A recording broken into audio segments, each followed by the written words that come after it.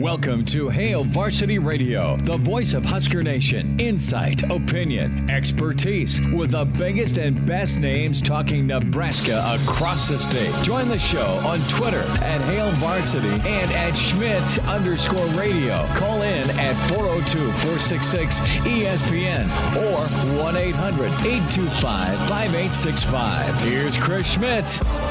Welcome to it, a Wednesday with Hail Varsity Radio, presented by the Nebraska Lottery. Chris Schmidt, Elijah Herbel. Great to be with you, and we'll dive in. You've got the official announcement this morning. Nebraska adding two more to the coaching staff. Mark Whipple, Donovan Raiola come on down. Some thoughts, some reaction as Coach Frost has one spot remaining. Who and where will that go? We'll get into that. Numbers to dial up at 466-3776, 466-3776, 1-800-825-5865. Find us on Twitter at Schmidt_radio, at Herbal Essence. For Elijah, can also follow Hail Varsity and at ESPN Lincoln. Email the show, chris@hailvarsity.com. On the way, we'll check in with Mike Babcock in this first hour from Hail Varsity. Mike Schuchart.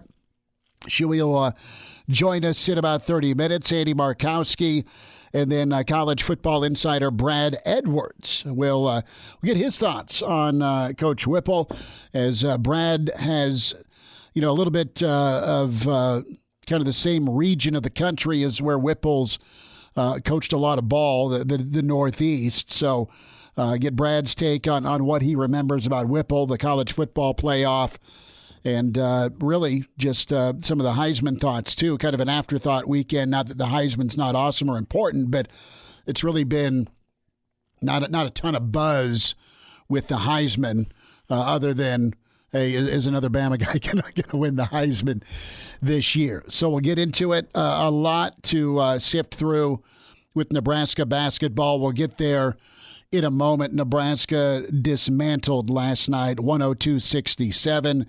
You are angry, and you deserve to be angry as a Nebraska basketball fan with what you witnessed, and some of you stuck around for, and quite frankly, a lot of you pulled the old fire drill routine and got out of there with 10 minutes left to go at PBA. Good, because that was a nightmare to watch. I know they're college kids, but there is a monster disconnect going on. We'll examine that further. Okay, reaction here. Mark Whipple, you know that he has done good things at Pitt. We outlined a lot of it yesterday with Pickett, his quarterback, and when we were talking with Kaz, Kaz knows guys that have coached with him. And the long and short is you've seen improvement offensively with Whipple when he's been at a spot. Donovan Raiola is a name you know. He's a guy that has played at a high level, and he doesn't have maybe the coaching experience that some of the other offensive line coaches that are out there have, but maybe he's going to be the spark or the fit that you need for this offensive line. Just because he's younger doesn't mean he can't work or do well.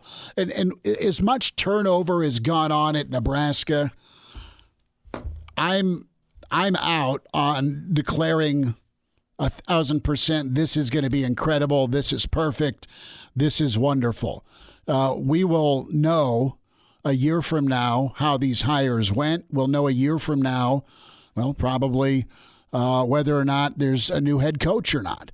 I am confident in the get of Mickey Joseph. Mickey Joseph's proven he's a really good recruiter. His kids perform well when he's coached down at LSU or wherever he's been. So I think the home run right now is Mickey Joseph. I can say that, as I just told you. I'm not gonna declare things. Mickey Joseph's an incredible get. Mark Whipple, at his age, with his experience, can be really good for Scott Frost. That's up to Scott Frost, if it's really good for Scott Frost. If he listens, if they meld ideas, if Whipple can bring in a portal quarterback or develop a Harburg or a Torres, okay? That's something that you need. You need better quarterback development in Lincoln. Whipple has shown the ability to do that at some of his stops, either at the NFL or college level. Donovan Raiola has worked at Notre Dame. He's worked in Chicago. He's played for Barry Alvarez. He's got kind of the blessing of one of the more respected offensive linemen in Harry Highstand, the old Notre Dame coach. He was the former offensive line coach with the Bears. And Harry's kind of been that pipeline of Notre Dame offensive linemen from 2012 through about 2016. Some of the best guards and tackles you watch on Sundays are Notre Dame offensive linemen. You have Raiola as a GA there. You have him as kind of the backup, the number 2 O-line coach with the Bears. That's the NFL. Some of that is out of Raiola's hands when it comes to offensive line performance. Yes, you coach, but as Bill Parcells said, you don't get to pick the groceries a lot of times in the NFL. Time will tell with this. I've done some checking around, folks that have either played with or know Donovan, and they're excited, not just because of the person, but because of the attitude, because of the mentality. I think he's a tough dude that's a grinder, that is going to connect well with the kids. That's what you hope for. That's what you need on this offensive line. Whipple's job is very simple. Put the stop sign up in game with the head coach. Scott Frost has had games and play calling that's been miraculous, that's been really good. It's been fantastic. There's been other times where you scratch your head. Can't always be perfect. You need a calm, experienced voice of reason when it comes to putting a game plan together. Not what you want to do, but what you can do. Here's how you can attack a defense. Here's what our quarterback can do. Here's how we can mesh with the run game. And, oh, yeah, let's get the passing game going with some of the talent you have in-house already and some of the talent Mickey Joseph and the rest of the staff can bring in. It's going to be all hands on deck together, formulating an offensive game plan that will work, that'll be executed, and that your team can do. And I think Whipple's biggest asset is going to be that experience. That's what this staff needs. That's what this staff has now on offense, at least with the offensive coordinator spot in Mark Whipple. I can get into what makes me scared about these two hires, though.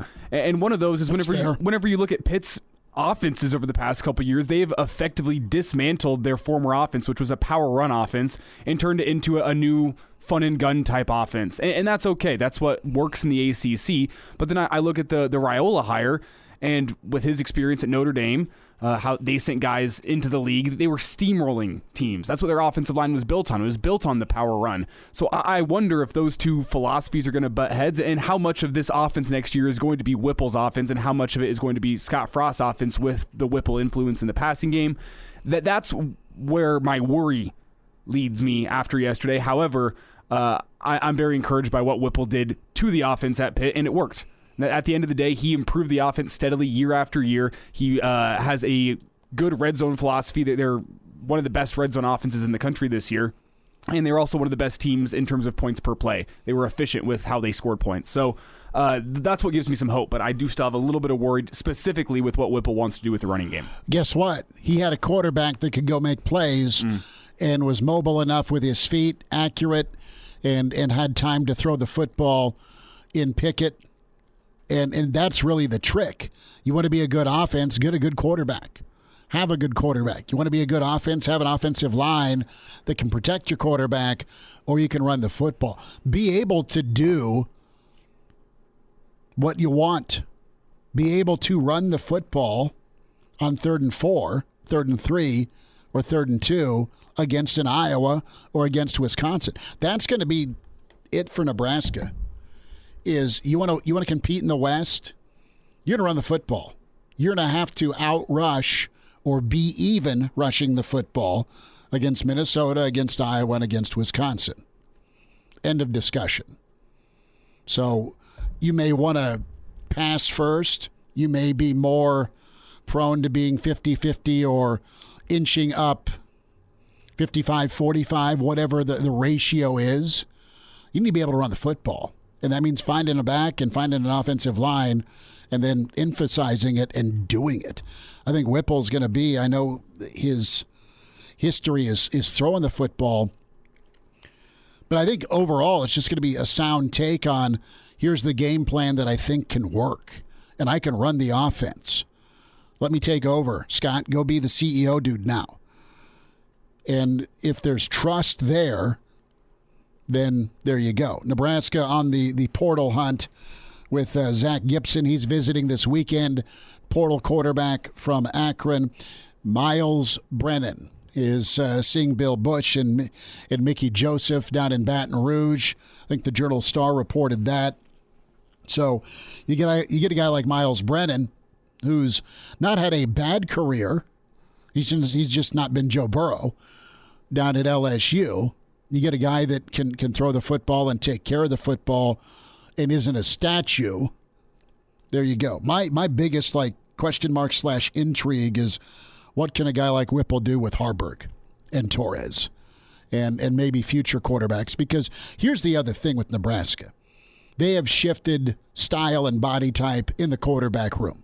They've done it, right? You don't have McCaffrey. You still have Smothers, and I want to see Smothers here to compete and see if he can't get developed into beyond a competent thrower, because I love his toughness and his grittiness. I think he's a really good football player. But the quarterbacks Nebraska's gone after aren't McCaffrey. It's not even an Adrian body type anymore. It's, okay, Harburg, athlete, but more pro body type. Torres, big, 6'5", 6'6", athlete, but thrower first. That's fine. If you're going to go more towards the throw first, but be mobile, be dangerous enough to scramble a little bit or extend a play, that's all right. That's okay with me.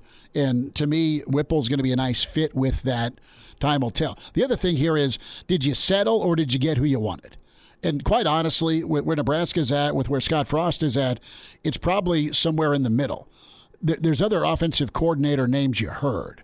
There's 1,000 other jobs open right now that have more security and longevity potentially than Nebraska. So it's a hard sell. I mean, Jeff Quinn's the name that at Notre Dame, that's probably who you go get as your first pick because of what he's done with the Irish on the offensive line.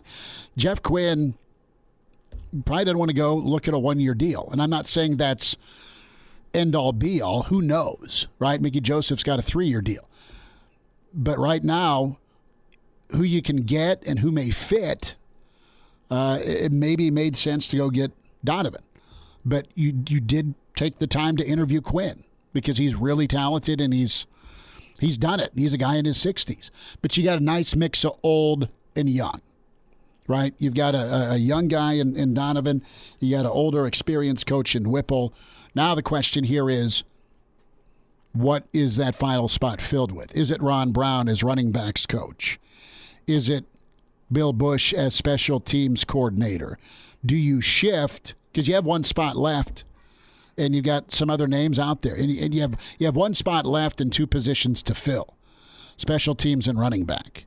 So does somebody take over a spot on the offensive side or defensive side? Do they merge it? Is it wide receiver and tight ends? Is Becton a guy that looks at coaching running backs? Is that even possible? Not that he couldn't. He's really good, but his forte has been coaching tight ends, right? So that's what happens next. Nebraska's gotten 3 guys to fill out the 4 spots that's important. Nebraska basketball. This basketball team, it's going to happen where you get blown out by good teams in the Big Ten. Michigan's your defending conference champ. Michigan's had some bumps in the road, but they're good. They share the basketball. They have an offense. They cut. They defend. Above all, Michigan plays for one another. Nebraska basketball in 3 years has had a hard time playing for one another. And listen, if I'm Fred Hoiberg, he looked like the most dejected, defeated guy there is, and he should have. His team quit. That's inexcusable. The effort was garbage. The shot selection was worse. And everyone stands around and watches the other dribble. this game gets you kicked off of ESPN or major platforms for about 2 years as far as showcase opportunity. And you got guys in Wiltshire and Webster and McGowan's that they'll get a pass or have the ball and launch and keep launching from 3. There's no attempt 9 times out of 10 to drive the basketball to the rim. And I know they're going up against rim protectors. But at some point, you got to realize the shot ain't going to fall from 3. Quit taking them. Go get a basket. Get some offense going. Just run sets. Please, for the love of God, just run called-out plays from Fred Hoiberg against Auburn on Saturday at 10:30. I am sick of the Verge show. That's nothing against him. He poured his heart in 31 points last night.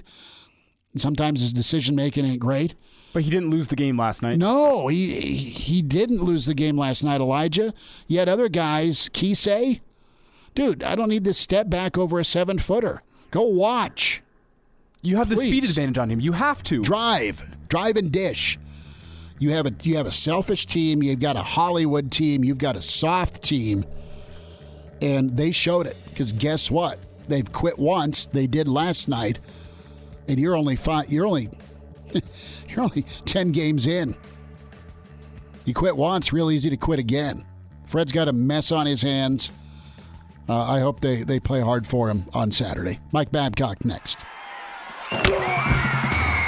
Hello, listener. Hey, it's Chris Schmidt with Hail Varsity Radio, and I wanted to let you know about a special deal just for listeners of the Hail Varsity Radio Show podcast. We're offering $10 off the annual subscription price of $29.99. That means that you, for less than $20, can get everything we do. 10 issues of our monthly magazine, our annual football yearbook, and all the premium content we produce at HailVarsity.com. Just go to HailVarsity.com/subscribe and enter in the promo code GBR for $10 off a full year of Hail Varsity. That's HailVarsity.com/subscribe, promo code GBR. And we're back Fellas, think we could listen to the radio on Hail Varsity Radio, presented by the Nebraska Lottery. Yes! That's awesome! Mike Babcock joins us here, Hail Varsity Radio on a Wednesday at MD Babs on Twitter. That's where you follow Mike, HailVarsity.com and magazine, Husker Football Insider. Babbers, we'll get to Nebraska basketball in a moment, but what's your reaction and thought here, Mark Whipple, Donovan Raiola? What impact can they have on this Husker offense? What's best case impact for either guy here? It's going to be a unique year for Nebraska next year.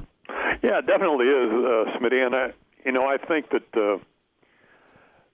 Donovan Raiola has maybe the bigger task, just to get the offensive line to where it needs to be, because as we've talked just about every time we talk about football, you've got the offensive line is where the offensive success starts. So can you get the offensive line to do what you want it to do in order to run the offense that, whatever Whipple installs, or however he helps Scott Frost with what Scott Frost wants to run, which is more the case, I'm sure. But it'll be Frost said in the hiring process that he wasn't looking for dramatic changes, but he just tweaking things here and there, and so we'll see how these two coaches allow him to do the kind of tweaking that he wants to do with his offense.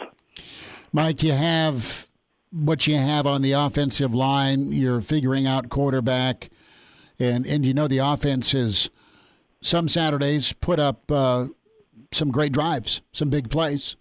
They've scored some points, right? I mean, for the Wisconsin game, you were able to answer against a really good defense. The Northwestern game, you're able to go off and do what you want. And then there's those games where you're just stagnant and stalled. What do you envision with Whipple and Frost from a collaborative standpoint? Well, I hope what we can envision is what Pittsburgh had this year. Just cue up the Pittsburgh offense, says Babbers. Yeah, let's cue up this offense here that has Kenny Pickett at quarterback, and he throws for 43 touchdowns with 7 interceptions.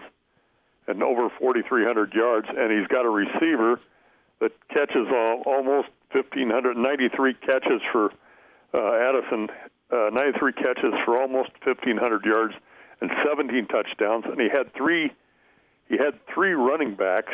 Somehow he was able to work that in there.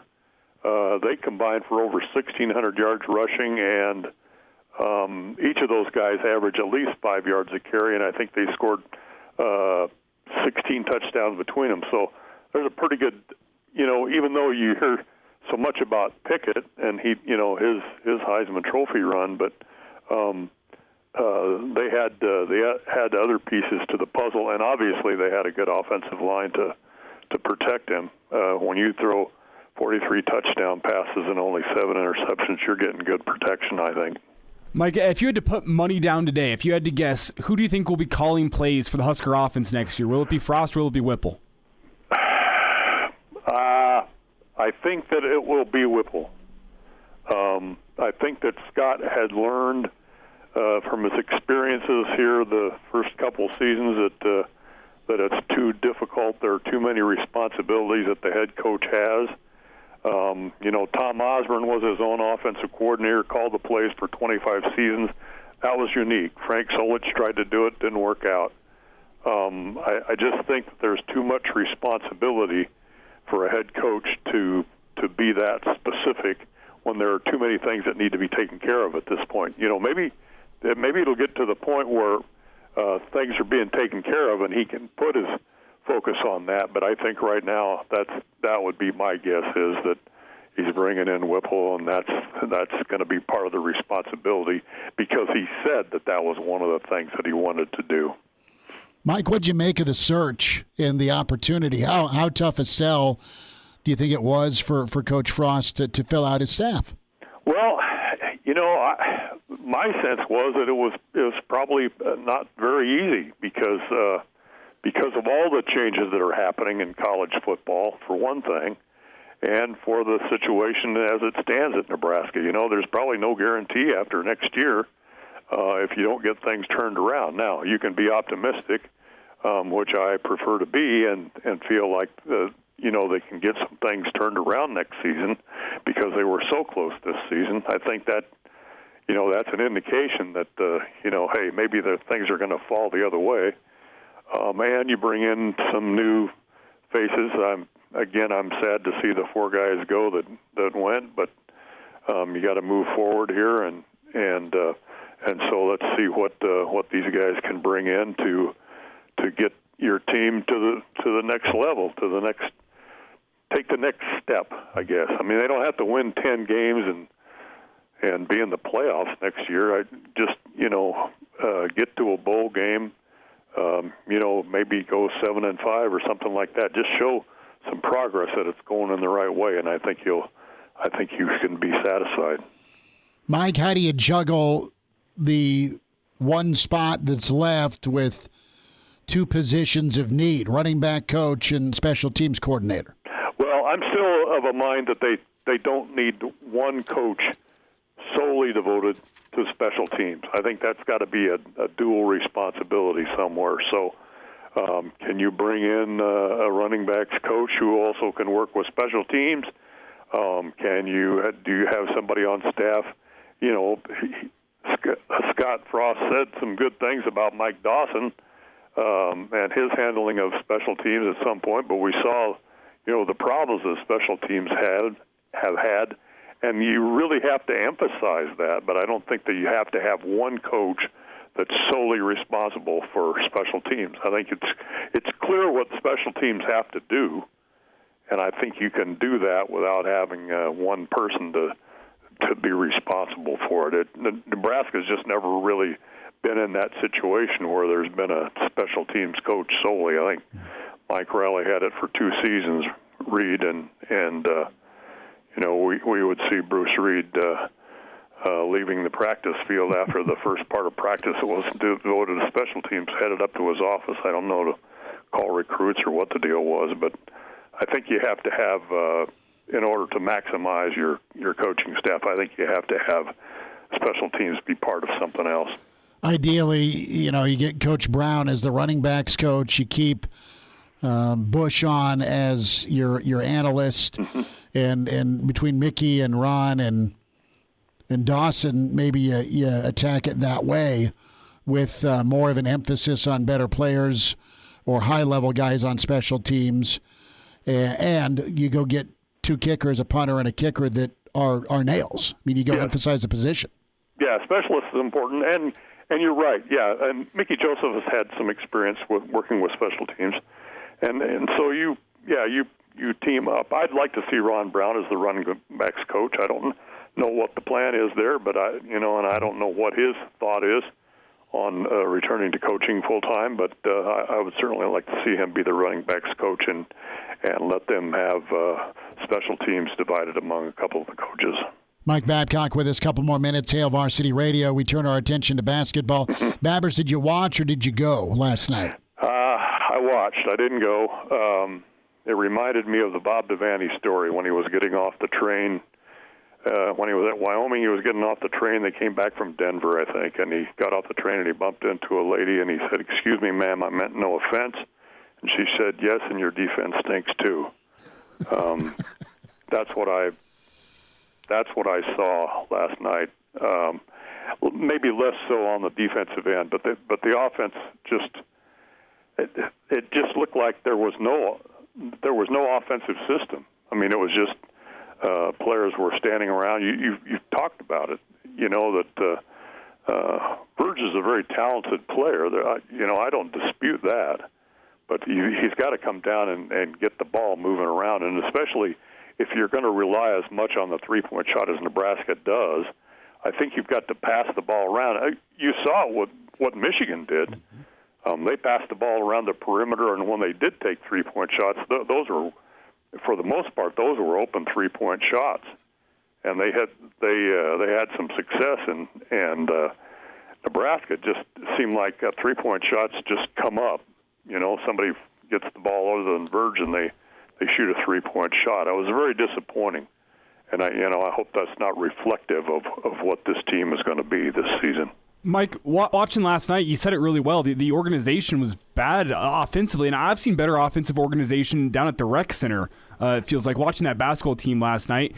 What do you think the problem is? Is it ball movement? Is it poor shot selection? It just feels like something is wrong, and I can't quite put my finger on it. Maybe it's the lack of having a real post presence. Can you put your finger on what the biggest problem this Husker offense faces is? Well, I always tend to oversimplify things, but I think ball movement is an important part of it. You know, that you got to come down, move the ball around a little bit. Don't have Verge come down and everybody stand around and watch him drive to the basket. And he made some remarkable shots driving to the basket. But I think that you've got to take advantage of the other four guys on the court. And the way you do that is to pass the ball around a little bit. They've got guys that can shoot three-point shots, but I think when you're rushing them or just taking them without passing the ball around, you get the kind of percentage that Nebraska's had here with three-point shots. They're just not hitting those shots. You got to get the open look if you're going to be in that position, and I think that comes with passing the ball. Pass the ball. That's what you have to do. And I don't see Nebraska doing a lot of that. There's no chemistry. There's absolutely, at least based off of last night, there's no chemistry, no care to find teammates or even want to get teammates involved. I mean, and Verge is going John Wayne trying to get to the rim, and he's not the problem. I think you nailed it. He's trying to get others involved, but no one's moving. And guys are just catching and launching, and it's just brutal. How Fred's too good a coach historically to allow this to happen. And I mean, last night there's so many people ticked off. Not that you got blown out, but how you got blown out, where you just kind of rolled over.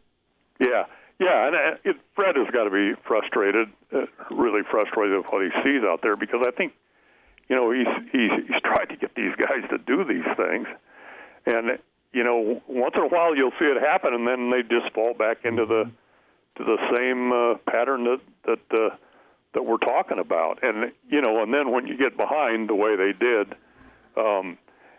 you got to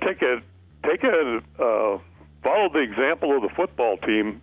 Not that they got behind by that degree, but you got to fight to the last. Don't give up just because you're things are not going well for you early, and it just looked like Nebraska just kind of gave up at the end, and you don't want to see that from a team. Just fight to the end. That's what you want.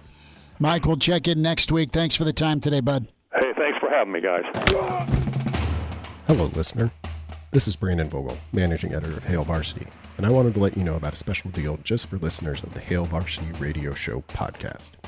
We're offering $10 off the annual subscription price of $29.99.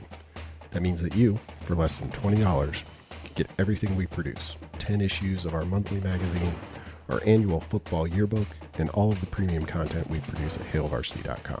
Just go to hailvarsity.com/subscribe and enter the promo code GBR for $10 off a full year of Hail Varsity.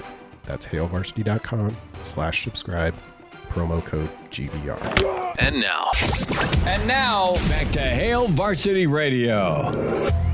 25 minutes away, Andy Markowski, Husker basketball standout, get his take on the crossroads that is Nebraska basketball after last night's beatdown. Our old buddy Rock Westfall tweets in, says it's time for IBA ball. Anyone who won't play defense can enter the transfer portal. Anyone who doesn't get what can and must be done should watch Wisconsin and what they do for basketball, kind of like football. Nebraska can find both blueprints at Wisconsin. Interesting how that works. I want to bring in Mike Schuchart, Wilderness Ridge Golf. We'll talk some golf with Shuey in a moment. Shuey, what would your message have been to the Nebraska basketball team had you been asked to address the team post-game? Oh, that wouldn't have been good. That would not have been good. Fred should have resigned immediately, and half of those players should not ever see the court again. The last 5 to 7 minutes of that game was the most disrespectful thing I've ever seen. I mean, I've always been under the assumption that you keep doing what it is that you are trying to do, no matter what, because that's what makes you better. You're always trying to perfect your craft and to make it better. And that last 5 minutes, I mean, guys were 2 steps over the half-court line and just chucking it up. I mean, it was unbelievable. And if Fred has that little control of his players and the program, I mean, he's got to go, which I think he does. I mean, he has a philosophy on what he thinks is going to and how it's going to work, and it probably does if you can execute that. And they talk about threes not going in. Well, man, you look at the threes they shoot, half of them are not good shots. I mean, you could work the ball 2 more times around and get a way better shot than they shoot. So, I mean, it's just really frustrating. I mean, to me, it's despicable that you allow a team to play like that. That's gross. Nebraska fans. So that would be my message. No, Nebraska fans are beside themselves with some of the lack of effort and the shot selection, but more so, to your point, it being allowed to happen. Exactly. You can't allow that to happen. I mean, you have to teach those kids what it is they're supposed to do. First of all, you have to believe in what it is that you do, and you have to teach them, and you have to get them to buy in and do it. And that is not fun to do at times when it's not good. You know, Verge takes a beating, but if I was Verge, what I've seen so far, I would do exactly what he's doing. Because why the heck am I going to feed it to a guy in the corner that's going to – Lat Mayan is just absolutely horrendous. The shots he throws up, and, I mean, they don't even hit the rim. They're hitting the side of backboards. So it's like, why would you throw it out to a guy? Welcher? What is that? I mean, that guy was supposed to be a three-point specialist. Are you kidding me? That guy can't even hit the rim. You know, that's not mental. That is undisciplined, not getting a good enough shot and knowing what that is. Mike Schuchart's with us here, Hail Varsity Radio. Mike, I saw a quote on Twitter last night, and it was after Coach Hoiberg's post-game press conference where he was pretty critical of the team, called it humiliating, called it embarrassing, one of the worst games he's been a part of. And I saw a quote on Twitter. I'm not sure who originally said it, but I remember Bo Pelini saying it during a rainy night in Columbia, Missouri, a Thursday night, probably about 10 years ago now, where he said, sometimes whenever you want to point the finger, you should point the thumb. Do you think that's accurate in this case when you look at what Coach Hoiberg has done with this team this year? No question. I mean, that's the other thing that's really frustrating to me is that I relate everything to golf, obviously, because that's what I know, but I don't have my best stuff every time I go out and play golf. That doesn't mean I can't still be successful. The problem with that team is they have one way, and if it doesn't work, they have no other way to do it. And they get blown out by 30, you know? And he talked about the Indiana game, how much better they played defense and this and that. They got beat by, 15, 12. Is that good? You're losing, and you're losing by 12 as opposed to 30? I don't get it. I mean, I just don't. It's so frustrating to me. I mean, I was livid last night. Shuey, I was thinking about you. Watching, I was like, Shuey's busted a couple, 3 TVs because you love Husker hoops, you love Husker football. You're a fan. I mean, you coached and played for years at Nebraska, so I know that you're as big Red fan and supporter as there is, and you're also a longtime college coach, so you've been at the Division I level. And this is just what puzzles me, and we go back to approach. The approach when Fred came in, 7-year deal, and you look at all the in-state talent that's now killing it elsewhere. And I'm not saying you could have got him, but you went with the quick fix and went portal. You were transfer you, and that has worked at times. But man, oh man, the last 3 years from team chemistry and sharing the ball and ball movement on offense, it has been horrendous. It has, and it's frustrating to me because I'm older, so it's like you build a foundation to build a great program. You got to start somewhere, and they're not building any foundation. Their foundation is built on quicksand. You know, you just like you said, you bring guys in for 1 year and done. Well, what kind of foundation are you bringing in? You're just hiring a bunch of mercenaries and hope that you happen to hit once. It's like I want a culture. I want a foundation that's built that can be sustainable. This is how you play. This is what you do, and you kind of match it and switch it according to a little bit of what your talent is. You know, I mean, they don't have any. There's no foundation. They just shoot threes, and if they make a whole bunch of them, they will win games. But the problem is they're shooting less than 20%. They're not going to win any game doing that. So it's like by the time they do have a game where they make a high percentage of threes and they happen to win, they're going to be 1-10. What is that culture? That's stupid. No. I mean, it's ignorant. The culture right now is I'm going to go get mine, and there's 16 NBA scouts at PBA last night, so I better show out, and there's just no playing for the other guy. It's kind of I call it Hollywood. I call it superficial, and that kind of mentality's allowed to happen. It is. I mean, and it's bad. It's terrible. You know, and you can't even let a kid buy in to that because I mean that's what they're already coming in with. Mm-hmm. That's what they think. They're high ranking players. And it's like your job is to kind of break that down and put them in their place. You know, it's like I've always said, you know, parents used to come to me and then the players, and it's like, you know, it's not going to be okay.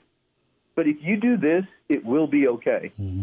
It is not going to be okay until you do this. So it's like you want to be successful. These are the things that you do. You know, they won't do it. Wilhelm, what is that? I mean, that guy's 6'11", and all he does, him and Lat, all they do is shoot horrible threes. And it's like you're getting out-rebounded like massive because they're soft. I mean, they're soft show team. I mean, they're just NBA. That's what they think they are. And they're NBA? They can't even play. I could put a good high school team against them, and they would at least play them tough. Shuey, about 10 seconds. Tell me about Wilderness Ridge. What's going on? Well, we got our lap pool poured today, so things are starting to take shape. So slowly chipping away at that. So kind of right on target. So come the spring, we're going to have our lazy river and our adult swim-up bar and our jacuzzi and lap pool, splash pad. So it's going to be really exciting. It's going to be really, really neat. Good holiday idea, getting that membership to Wilderness. Shuey, maybe it'll be better next week. We'll check in then, bud. Thanks for the time. All right. Thanks for having me. Appreciate it. And now, back to Hail Varsity Radio. Quick hour. Wanted down hour one. Hail Varsity presented by the Nebraska Lottery. Eddie Markowski, Husker standout, going to be with us in 10 minutes. College football insider Brad Edwards. Get his takeaway on some of the Nebraska hires and the coaching carousel as it's slowly stopping finally. So it's been a while since we talked to Brad Edwards. We'll get Andy's thoughts on Nebraska's debacle against Michigan. The blowout bad, but the effort worse. Fred Hoiberg last night when it comes to that lack of fight, and that's what will drive you most crazy as a Nebraska basketball supporter. You know, we had guys that didn't practice the last couple of days with, sinus infections. They were all tested. They all tested negative. We've got one not here that's redshirting this year because of an influenza diagnosis. Still can't affect it. I mean, listen, I could sit here and pretend I was a very good player, but, if my shot wasn't falling, I was going to run through a wall and find a way to impact the game. And we had no fight, just no fight tonight. And that's the thing that just, it's very disheartening.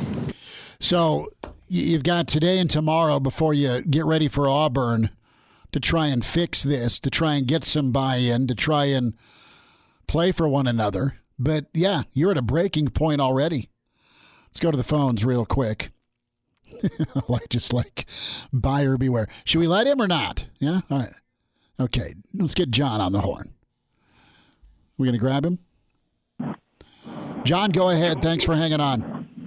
Hey, last night was rough, and I cringed, but I'm going to tell you right now, if Husker fans want a little reprieve, go buy a ticket to the Husker women's basketball games. That team is good. They play hard. They execute. They play, and I'm telling you, they're going to win a lot of games this year, and I think they deserve some butts in the seats.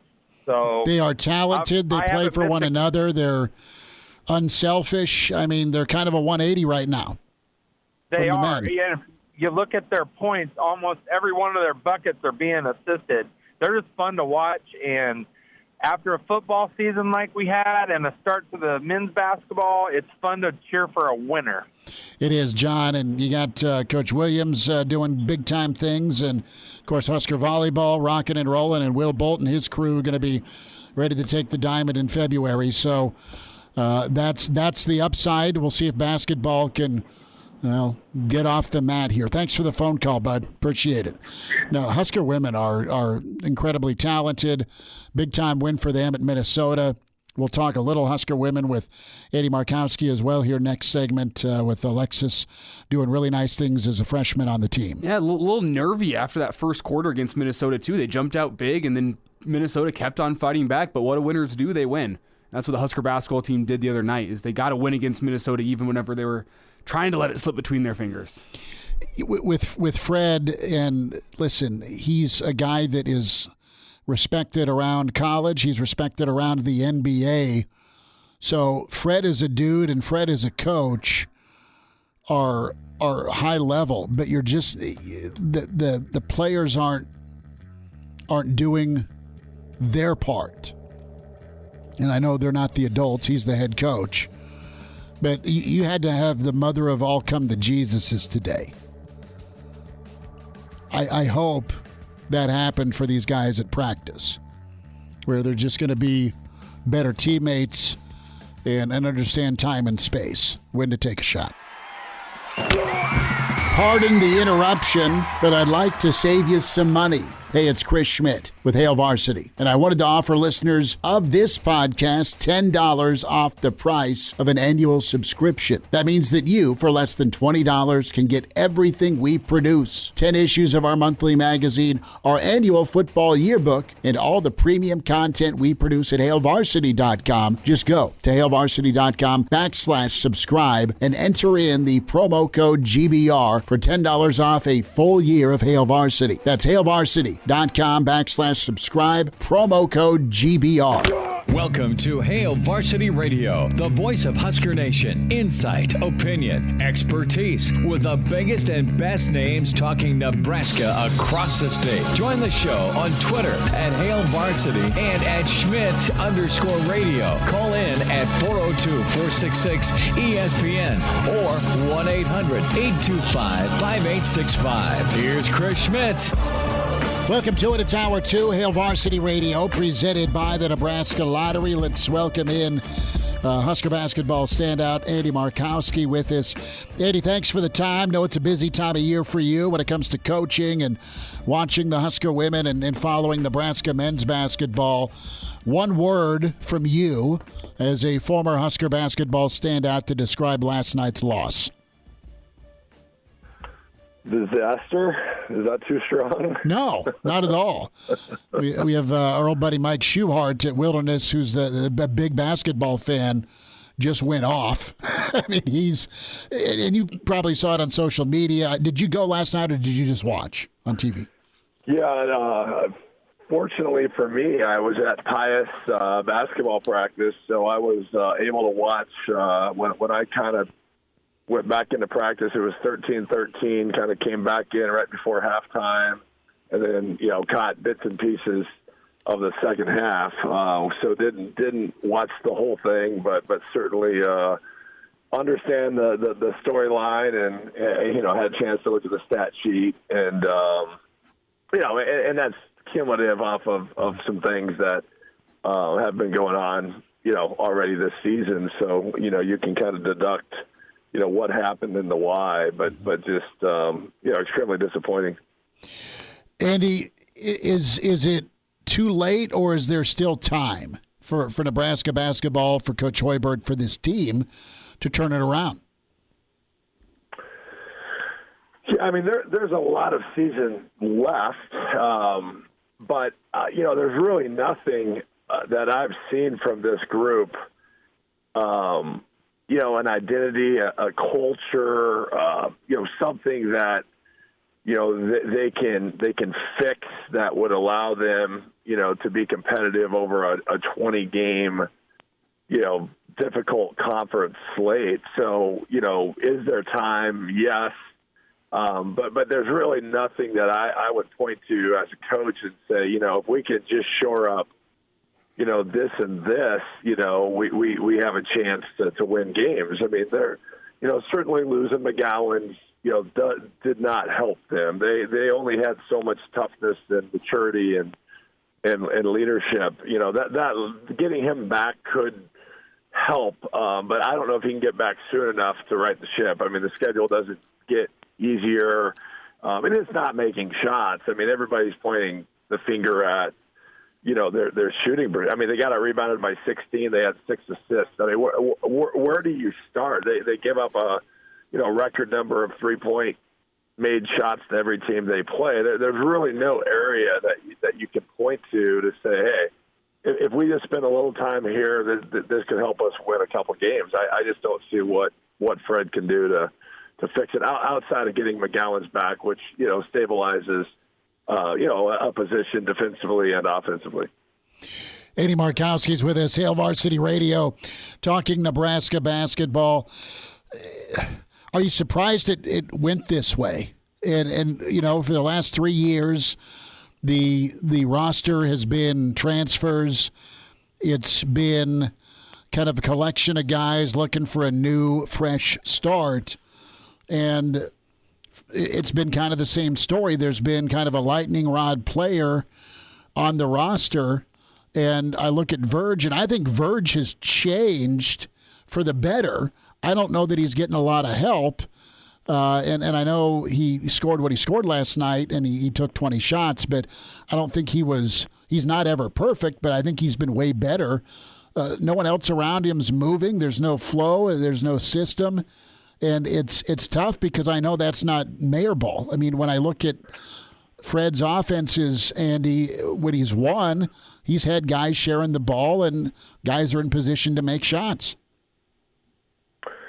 Yeah, I did anticipate it to be different because, it wasn't a complete overhaul of the roster. You had Mayan back, that had a lot of starts. You had Walker back that, I thought did a lot of good things a year ago. You had Webster back, which gave you some leadership at the guard spot. Then you bring in Wilhelm and Bryce McGowan, which are two freshmen, high school kids that tend to come in and follow leadership. So I thought they had more consistent pieces in place to have a culture, knowing what it's going to take to win, close games, win in the Big Ten.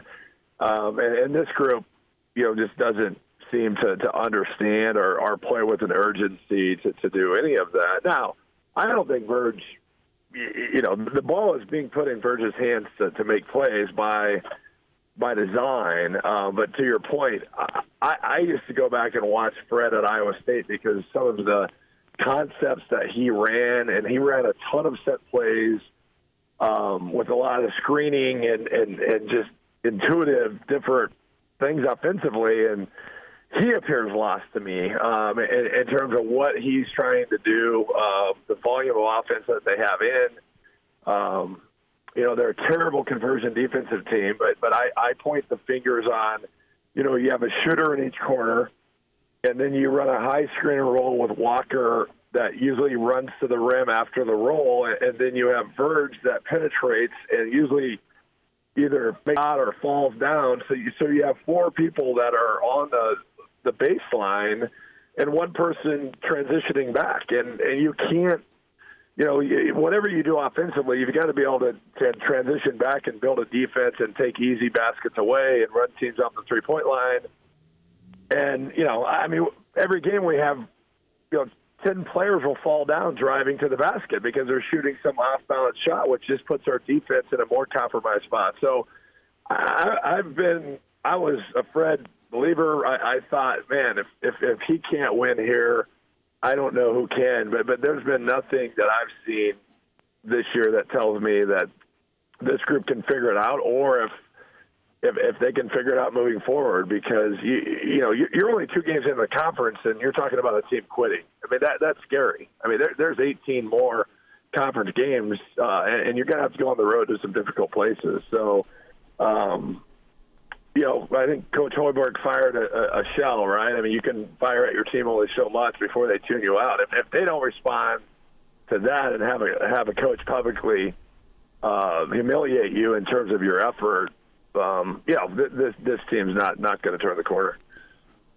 And Andy, the wow stat to me last night was that Nebraska, over the entire game, only had 6 assists, and they only had 4 from their starting lineup. Is that a scheme issue, or is that an issue with the players just not wanting to move the rock around? Yeah, I'm not at every practice, but the reason why Burge has 31 our teams are allowing him to control the basketball. They're not helping on a lot of the penetration, which forces Burge to either shoot it or make a last second decision on what to do with the basketball. And then when you go 3 for $1 million from the 3-point line, I mean, we don't get threes off the dribble. Most of our threes are coming off of penetration and pitch. So, when you miss, majority of your shots, you're not going to have assists. So, that stat I think is a combination of both. But, Verge is getting, kind of blamed on everything. And unfortunately, he's being put in a tough spot where, they're running a high pick and roll, and nobody is helping. So he's forced to shoot it, or turn it over because just what's Fred's running offensively. So I do think there's a layer of selfishness with this group, but the 6 assists is more than just players not passing. That's a compounding issue on a lot of fronts. A few more minutes. Andy Markowski with his Husker basketball standout, Hail Varsity Radio. The beatdown last night at PBA, Nebraska annihilated 102-67. And it's one thing to get blown out. It's another thing to tap out. And it looks like this team tapped out. Fred is just looking at his face in the postgame last night. I mean, he just was there's 1,000 words you could stamp on the forehead because he was disgusted. and he's in charge of that. Now, Andy, a thought with guys like a Wiltshire, like a Webster, like a McGowan's in their shot selection, and even Kisei. I mean, those are guys that you said, okay, I believe they are talented enough to help us win in the Big Ten. They're not hitting, but they're also not driving the ball. They're square peg, round hole in this thing from distance, and it isn't going in. Do you have a talk with them today, tomorrow, if you're Fred, about shot selection? Do you sit them because they're not making them? How do you go about handling that as a coach? Well, they're brought in to shoot. I mean, that's who Wiltshire and Casey are. I mean, you don't want them driving. I mean, that's they're catch and shoot players. Now Casey is getting guarded hard, and they're running him off the 3-point line and making things difficult for him. Wiltshire, I mean, I think maybe he's a good shooter, but at some point you are who you are. Like, I mean, if you can't make a shot, you're not a shooter. Like, I always tell people, like, great high school shooters are good college shooters. Good high school shooters are bad college shooters, So, I mean, to make a shot at that level, the 3-point line is further back. The amount of time that you have to get the shot off is less. You have length and athleticism running at you. I think all those things are showing themselves. But those two are and McGowan's is not a shooter, but he's got to be able to make a jump shot, or teams will play so soft on his right hand that makes driving hard. So he's got to keep shooting threes because that opens the rest of his game up. If he can't make a perimeter jump shot, the scouting in the Big Ten is going to make it really hard for him to drive. But, when you're recruited here in Fred's system to sit in the corner and shoot threes and you can't make them, there's a problem. I don't know who else they can go to, on the bench that give them a chance to score, but you got to start asking yourselves, if they keep missing, you have to go to somebody else because you don't want Casey and Wiltshire putting the ball on the floor and driving because that's not their strengths and that's not going to help the offense. Andy, let's go hindsight here with the build. And was it a mistake to go the transfer route versus try and land some of these in-state kids that seem to be playing at a high level other spots around the country, or was Nebraska basketball not going to have a shot at the in-state kids? Let's go back 3 years. Well, I think they recruited all the in-state kids. I mean, they from Chucky to Salas to Trout. I mean, Green at the senior at Miller. No, I mean, I don't think the staff didn't try to recruit those kids. And unfortunately, our program has been so poor over 20 years. In-state kids don't have a pride of staying here, even though Fred Hoiberg opens up maybe a professional basketball opportunity. That wasn't enough to sell to them to stay. So I don't think it was that, Chris. I think they tried and just couldn't retain the in-state talent. Now, quick fix seems always to be the easy thing to do. And once again, though, I felt they signed some high school kids. McFerrin is a high school kid. McGowan's is a high school kid. Wilhelm was a high school kid. So, I thought they did a nice job of trying to blend in year 3 where you just didn't take all transfers. And, you have a few more high school kids, coming in next year. But, yeah, once again, whatever they're doing, the chemistry's not good. The toughness isn't good. Culture is a strange word. What does that mean? But culture to winning and fighting, and obviously they don't have a level of toughness that you need when adversity hits. And I think the coaching staff has to ask themselves what they can do different or better to change that. But what I've seen up to this point, they're lacking in a lot of areas, which tells me that they can't be successful in this league. It's I'm not saying forever, but right now the roster they have put together doesn't understand the level of toughness and grit you have to play with to be successful. And if you don't have that, you can't win in the Big Ten. Andy, about a minute here, bud. What did you think of the Husker women getting the road win Monday? Yeah, now you want to talk about grit and toughness. Now that group has a lot figured out. Now, it's one win in the league, but they play together. They've haven't played great in a couple fourth quarters, but they've found a way to win some close games. Minnesota's talented. I think Minnesota will be a tournament team once they get healthy. So right now we have 4 quad one wins. And if you look at the NET rankings, which that's what they use to select the tournament and seed the tournament, Nebraska is 5, which means we would be a 2 seed right now in the NCAA tournament. Now there's a lot can change, but everybody doesn't think they've played a tough schedule. Creighton, San Diego, Wake Forest, and Minnesota are all Tier 1 wins. So we're one of the few teams in the country that have 4 quad one wins. So all of that has been fun to follow. They've got a good group. Hopefully they stay healthy and stay together. And, it's a long season, but 9-0 is 9-0. Gotta love it. Andy, thanks for the insight today, bud. Appreciate you taking a few minutes with us. All right. Thanks, Chris. Take care. Andy Markowski with us. Stand out with Nebraska basketball. His take on what it is right now with Big Red Hoops. And, of course, the women doing work, unbeaten, soon to be ranked. They deserve it. Brad Edwards, college football insider, his take on Nebraska's hires and the coaching carousel that's about to stop. Pardon the interruption, but I'd like to save you some money. I'm Brandon Vogel, managing editor of Hail Varsity, and I wanted to offer listeners of this podcast $10 off the price of an annual subscription.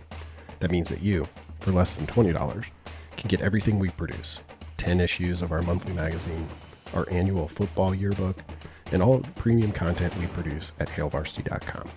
Just go to hailvarsity.com/subscribe and enter the promo code GBR for $10 off a full year of Hail Varsity. That's hailvarsity.com/subscribe, promo code GBR. And now, back to Hail Varsity Radio. Check us out on the podcast, Hail Varsity Radio. Can find us Spotify, iTunes, Google Play, Good, Bad, Ugly. Give us a rating. Some constructive criticism we'll get to on my length of interview questions. Always open for that. We welcome in college football insider Brad Edwards, at Brad Edwards on Twitter. Brad, what a college football whirlwind it's been between the bowl selections, the coaching carousel, and what a run for Bama against Georgia. How you doing? I'm doing well. It's crazy. If you look at the history of the conference championship game weekend since the playoff began, there have been very few upsets. And obviously, people who are much longer time fans, the older crowd remembers that in the BCS era, those were commonplace. I mean, there were upsets left and right when you get to that last day and everything would get turned on its head. But that had not happened so far in the playoff era. And between the Power Five and the American in the playoff years, coming into this year, there had been only one significant upset in a playoff game, and it was in the Pac-12. This year, we finally got two, in Baylor upsetting Oklahoma State and then Alabama beating Georgia. But the result of it was not chaos. It actually, those results made it as easy as could be for the selection committee. And so while there was no chaos, it wasn't because there were no upsets. It was just because they fell the right way, and the committee, once again, really didn't have that difficult of a job to do. It'll be intriguing to see how the playoff moves forward here with the matchups and setups. Brad Edwards with us. Brad, we'll get to some thoughts here a little further on Bama and also Michigan. I want to get your take here on Mark Whipple. He's the offensive coordinator now at Nebraska. That announcement today. I know you've a lot in your career. You've seen college football from coast to coast, and what sticks out to you about Whipple from what you remember and know about his time at UMass, but also just what he did this year with Pitt, kind of seeing that offense gradually go from ranked in the hundreds to 3 this year with a really good quarterback? Yeah, it's funny because I kind of see Whipple as a guy who has evolved over his career. I mean, the teams I remember from UMass were predominantly running teams, and that was, when they won, I guess I can't remember what year that was, probably late 90s, won the FCS. That they were a running team, and now, he last year, this past season, has led an offense that was pretty wide open. It's not that they didn't run, but they had a really good quarterback, really good receivers, and I guess what I would say is he's probably a guy who is more capable than most of just adapting to the talent that he has. And there's some people who are really just tied to a system, and they come in there and it might take them 2-3 years to get it going because they've got to get the right players who fit that system. And Whipple just strikes me, not that I've paid super close attention to him over the years, but just from the more memorable years that I have, just seems like the kind of guy who, he's going to take what you have there on the roster. He's going to figure out what his strengths are, what his weaknesses are, and he's going to kind of build an offense around it. And I'm sure he has preferences for what he'd like to do. And what you see this year with Pitt is that if you have the quarterback and you have the receivers, he's got no problem slinging it all over the yard for most of the game and then putting up big numbers. So that's probably what you aspire to, especially the way that passing games can dominate these days. Exhibit A, SEC championship game against a seemingly impenetrable defense that you give a quarterback time to throw, and you can do all sorts of things even against that bunch. So yeah, I think Nebraska's got a guy they can be excited about, and it doesn't necessarily have to be one of those situations where, wait till year two.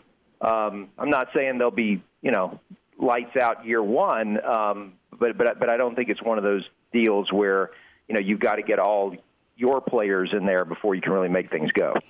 What about Whipple as a mentor? And that's kind of the big thing I'm looking at here is Scott Frost is in year 4. He needs to win in year 5. You got Mickey Joseph from LSU. That's big. You've got Donovan Raiola as O-line coach, and he spent time kind of being tutored in the NFL and, of course, at Notre Dame. But Frost just having other voices around him, experienced voices, Brad, to help maybe put a game plan together or just be there during a tight fourth quarter, because Lord knows Nebraska's been in those. Yeah, absolutely. I mean, that obviously the very little things, the difference between winning and losing these one-possession games. And, one of the things that I've learned just in general as I've gotten older is that you have to keep learning. You never stop learning. And if you do, you're really going to fall behind. I just turned 50 this year. And I know I'm a few years older than Scott Frost because I know when he finished college compared to when I finished college.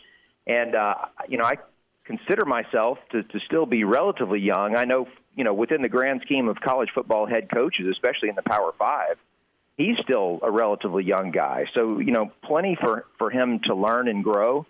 And, when you got the chance to lean on somebody, especially, in the moment there on the sideline during a game, to lean on somebody who's probably seen a lot more than you have, it's always something good that you can turn to. And I tell you what, Chris, I thought about you last week as I was you and all the Nebraska fans out there.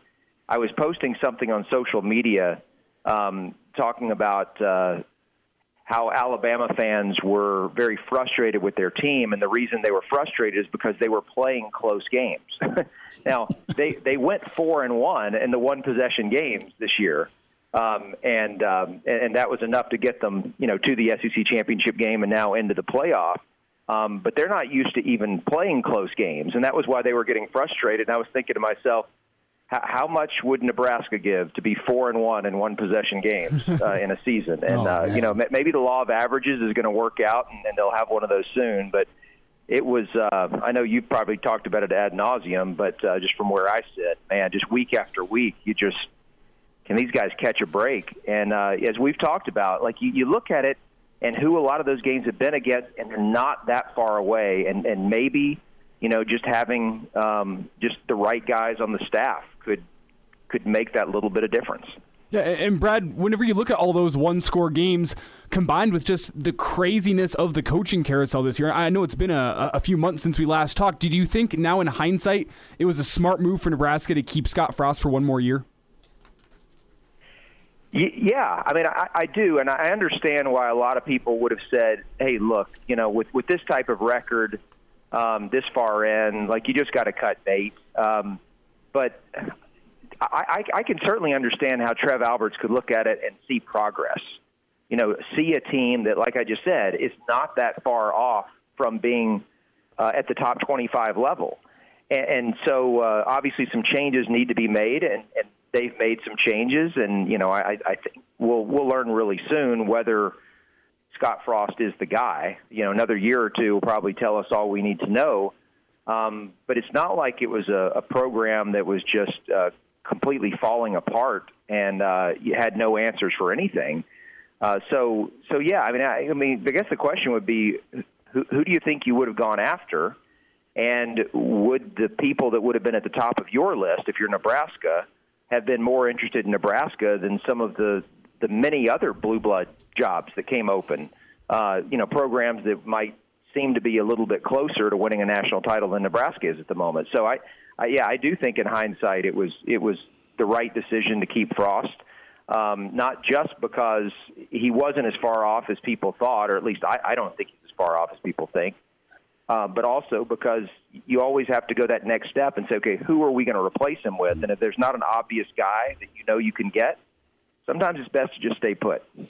Brad Edwards, college football insider and author, with us here, Hail Varsity Radio at Brad Edwards. Brad, it's been a wild carousel between Lincoln Riley and USC and Oklahoma and Venables, Kelly and LSU, Notre Dame. Where does Oregon go, and what does Cristobal do at Miami? Yeah, Oregon, I don't know where they go, and as I say this, I don't even know who the top candidates are because, as you know, I'm not exactly covering it nationally this year the way that I have in recent years. But I think when you look at the recent Oregon head coaches and you look at Cristobal bolting for Miami, and before that you had Taggart going to FSU, look, Chip Kelly going to the NFL is one thing. I mean, if you got a good coach, there's always going to be some risk of that. But leaving to go across the country to places that are struggling, I think if you're Oregon, maybe your cue is to let's find someone with West Coast roots who wouldn't look at a job somewhere else as a dream job. And I'm not saying there's no step above Oregon in college football, obviously. But I think certainly you want someone who's going to look at that as somewhat of a destination job and not a stepping stone. And someone who's on the West Coast is more likely to do that. I mean, sure, there's always the risk of someone who has a lot of success at Oregon who loves the West Coast leaving for, say, USC. Obviously, that's not too likely to happen in the next 4 or 5 years, you wouldn't think, with Lincoln Riley just getting there. But I'm not sure there are any other West Coast destinations outside of SC that would be any more desirable than Oregon. So I would look in that direction if I was Rob Mullins and I was having to find my next head coach. Yeah, and I'm just kind of doing the math. I look at Peterson. Does he want to get back in? Is Harsin an option? Do you go bring Chip back for a 2.0 out of UCLA? Time will tell, but Oregon's... No, I wouldn't go with Chip. Yeah. I like Chip, and he had a lot of success there, obviously. Mm-hmm. But the types of things that he introduced, he was on the cutting edge, and defenses were trying to catch up to him. And since he left college, so many people have just adopted the types of things that he was doing, and they're a lot more common to defenses now, and there are a lot of answers. Still, if you have great talent, it's going to be difficult to stop any offense, but he's not going to beat you on scheme the way that he did so often in his first stint at Oregon. So I wouldn't go in that direction if I was Oregon. Brad, we'll give you a shout here as we get closer to bowl season. Always love talking college football with you. Real quick, tell Nebraska fans how to get a hold of your book and it's a must read, a great holiday idea this season. Yeah, I mean, if you love college football history, and especially if you know an Alabama fan, it's a great Christmas gift. And the dynasty that seemingly won't die, right? I mean, Nick Saban in Tuscaloosa thing just keeps going on and on, even when you think they're going to have a down year. And the book is about how much they've dominated under Saban, and shows it through charts and graphs just how dominant they've been. And you can get it at BamaDynastyBook.com. Brad, we'll do this again. Thanks so much for the time. Thank you, guys. I appreciate you having me. Like what you hear, high-quality radio and podcast is part of what we do at Hail Varsity. Hey, it's Chris Schmidt with Hail Varsity Radio, and I wanted to offer listeners of the Hail Varsity Radio Show podcast $10 off the price of an annual subscription. That means that you, for less than $20, can get everything we produce, 10 issues of our monthly magazine, our annual football yearbook, and all the premium content we produce at HailVarsity.com. Just go to HailVarsity.com/subscribe and enter in the promo code GBR for $10 off a full year of Hail Varsity. That's HailVarsity.com/subscribe, promo code GBR. He's in his 30s, but sounds like he was born with a stogie in one hand and a brew in the other. Now, say my name. It's Schmitty on Hail Varsity Radio. I got the body of a taut, preteen Swedish boy. Back into it, it's Hail Varsity Radio, presented by the Nebraska Lottery. Time for a Jock Doc Wednesday at Lincoln Orthopedic Center. Dr. Brandon Seifert with us. Dr. Brandon, what do you know? Not much, buddy. How are you guys doing? We're doing all right. Kind of piecing together, what's left to do on the Nebraska football staff, and we need more than gauze and even stitches for Nebraska basketball. So we'll dive into a little NFL injury update and report. But the Jets, a bit hapless right now in year one for Robert Saleh. And their wideout Corey Davis undergoing season-ending core muscle surgery. That happened earlier in the week. Dr. Brandon, let's start off with some of the core muscles that could be damaged or affected here. What's the potential here when we're talking about this injury needing a surgical intervention? Yeah, fortunately we've seen probably less of these lately. We've kind of changed some of our weightlifting protocols. There was kind of a real explosion in these kind of groin injuries and kind of rectus abdominis injuries. Once we started to do a lot of the kind of deeper squatting stuff that was going on. So those athletes, there was just kind of a ton of these athletes that came through here. Maybe in the last, it's probably been, probably 8 to 10 years ago. There's kind of a big bounce in those numbers. But since we've kind of changed some of our weightlifting routine, those have gone down. But they're still out there. And essentially what happens here, anatomically with what's going on here, they talk about a groin injury, this abdominal muscular injury, and they're kind of talking about the same thing. So as you think about this anatomically, the pelvis, there's a couple of ring structures in the top of the pelvis. And what happens there is one of your muscles that kind of comes down the central aspect, the midline aspect of your abdomen, it's called the rectus muscles. They have one on each side. As that comes down, there has to have a place to attach to so it can fire and pull on or lever on. And where that attaches to is on a certain point in the pelvis. And what happens there is with repetitive, training and lifting and activities over time, you start to stretch where that kind of tendinous attachment is in the pelvis, and you start to develop this thing called essentially a sports hernia is kind of the old name for it. It's not truly a hernia, but that's kind of how they originally coined the phrase. And that's essentially what he has here. At least that's basically what we can tell based on the information they're giving us. And so that's where he's at. And then obviously you have to make a decision about this as to whether you rehab it versus surgery. Dr. Brandon Seifert with us, Lincoln Orthopedic Center, a Jock Doc Wednesday. Corey Davis, wideout for the Jets, and a core muscle injury. And we'll see how things play out for him.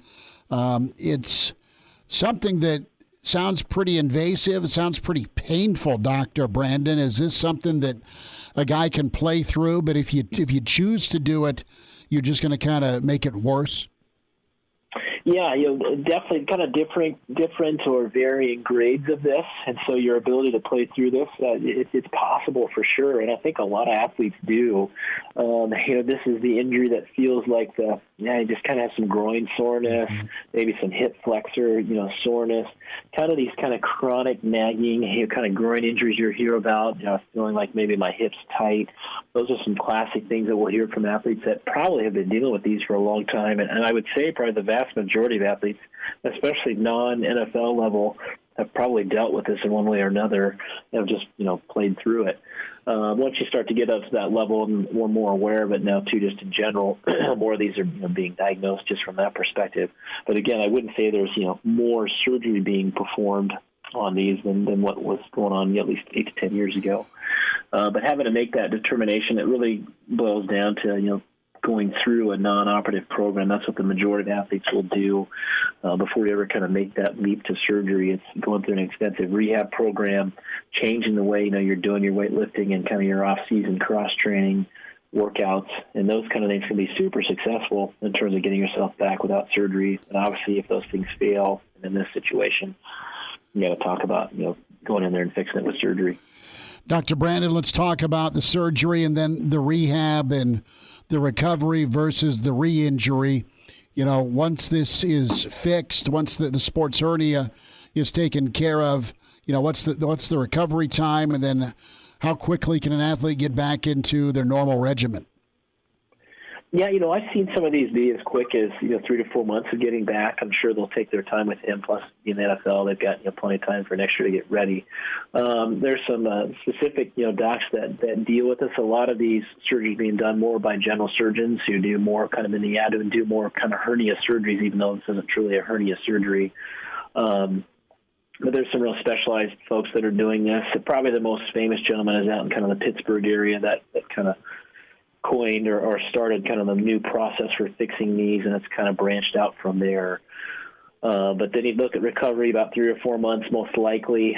They do pretty well. I think the prognosis on these is pretty successful, but I do think you have to be careful about what type of kind of core strengthening and kind of weightlifting activities you do in the future. What if you take some of those core workouts off the table? How does that diminish the athlete when it comes to performing? Can you supplement what you're taking away with another form of training, I guess, without re-injury? Yeah, I think you can. I think there's some pretty good regimens out there that have been developed as kind of alternatives for these athletes in particular. Because, again, there was a huge number of these folks, and they've had to kind of alter what they do. And I think through that process, we've probably discovered maybe some lifting exercises that might even be better than what they were doing before. And again, they definitely keep you more in that, keeping you more injury-free, if you will. And so I think some of the things that have developed from this, just in terms of newer weightlifts, are probably better in the end. And so I think, yes, they can get back to doing a really good weight training program that'll get them back where they need to be.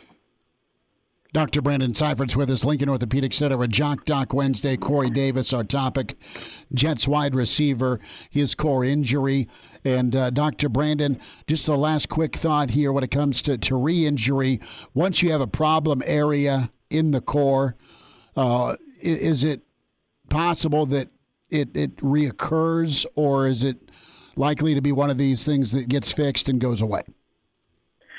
Yeah, I think the majority of these do well as long as you have an appropriate kind of altering of what you're doing strength-wise after surgery. I think the success of these is pretty darn high in terms of the recurrence and you getting back to that kind of same level of play. But if you kind of go back to that old kind of weight training routine, I think that the re-injury risk here is probably substantial. And there's probably a number of these folks that never do quite get back to that same level after this procedure, or kind of retweak it again and kind of get stuck in that kind of chronic groin pain kind of scenario again. Dr. Brandon Seifert, Lincoln Orthopedic Center, a Jock Doc Wednesday. Dr. Brandon, we'll get caught up again. Thanks for the time today. Sounds great, Chris. You guys take care. Good stuff. Lincoln Orthopedic Center, a Jock Doc Wednesday. Dr. Brandon, good to hear from him. We'll wind down a Wednesday edition tomorrow on Hail Varsity Radio. Going to be good stuff. Mad Schick, ESPN U. And, of course, with the SEC Network, he'll join us. Gary Barnett, plenty more for a Thursday on the way. Like what you hear? High-quality radio and podcasts are just part of what we do at Hail Varsity. I'm Brandon Vogel, managing editor. I wanted to offer listeners of the Hail Varsity Radio Show podcast $10 off the price of an annual subscription. That means that you, for less than $20, can get everything we do. 10 issues of our monthly magazine, our annual football yearbook, and all of the premium content we produce at hailvarsity.com.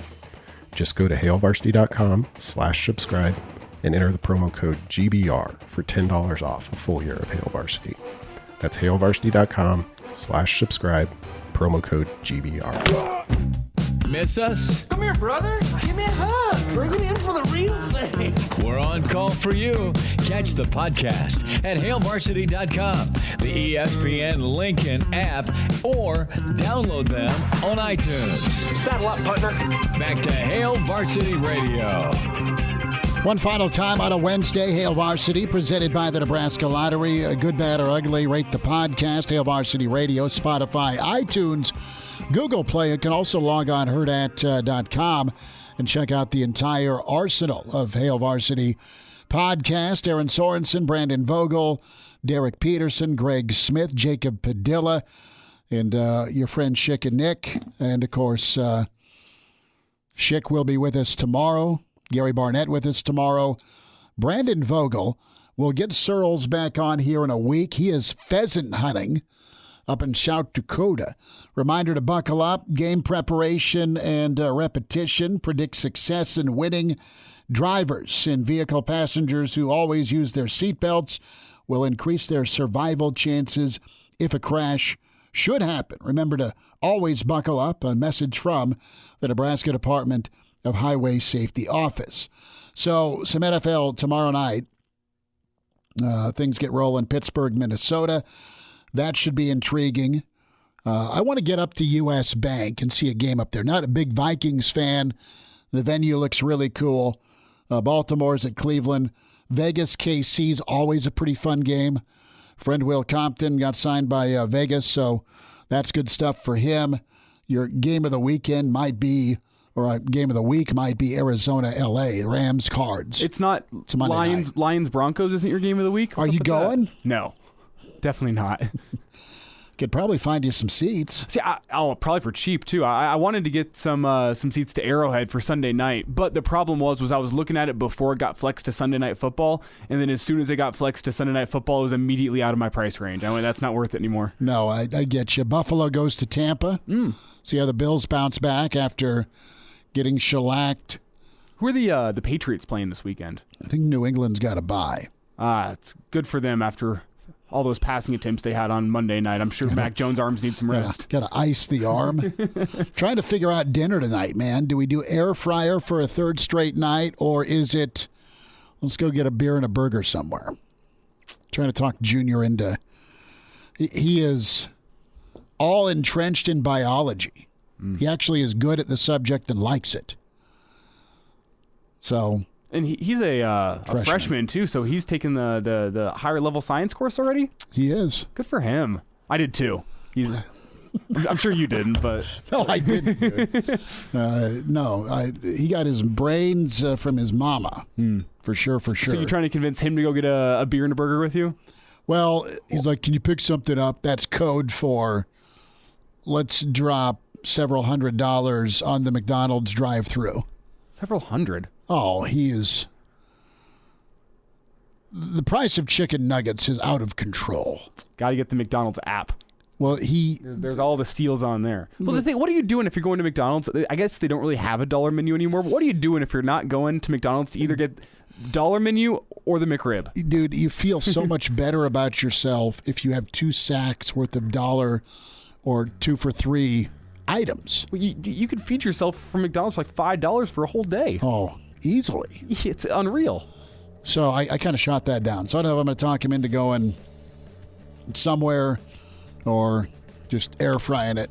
Need it to be weather like tomorrow we're going to get so I can finally grill. I personally will be making some Kraft mac and cheese. The legendary Elijah Herbel mac and cheese. We'll give you a report tomorrow. Thanks. A Hurrdat Media Production.